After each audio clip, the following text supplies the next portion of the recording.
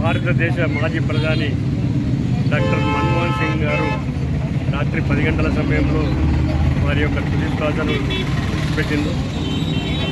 భారతదేశానికి గర్వించదగ్గ ప్రపంచ దేశాలలోనే ఆర్థిక సంస్కరణను చేపట్టిన గొప్ప వ్యక్తి శ్రీ డాక్టర్ మన్మోహన్ సింగ్ గారు.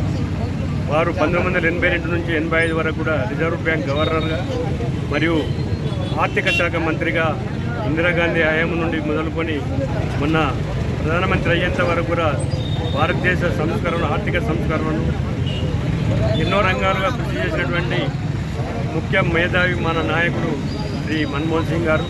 అలాగే మన తెలంగాణ రాష్ట్రాన్ని ప్రకటించడానికి ఎనలేని సేవ చేసినటువంటి గౌరవనీయులు డాక్టర్ మన్మోహన్ సింగ్ గారికి మేము యువటి నరసింహారావు కృష్ణారావు గారి ఆదేశాల మేరకు ఈరోజు శ్రీ డాక్టర్ మన్మోహన్ సింగ్ గారికి ఘనంగా నివాళులు అర్పించడం